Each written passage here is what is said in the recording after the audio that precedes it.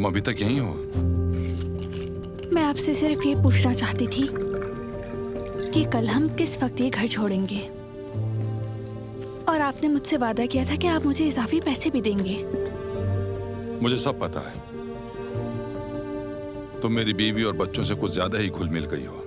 ये तुम्हें नहीं करना चाहिए था। इसलिए अब तुम पैसों के ख्वाब भी ना देखो।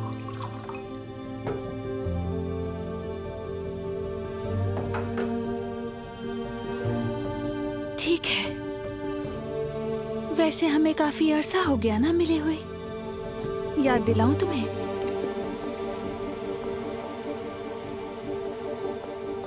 क्या मुझे पहचाना नहीं?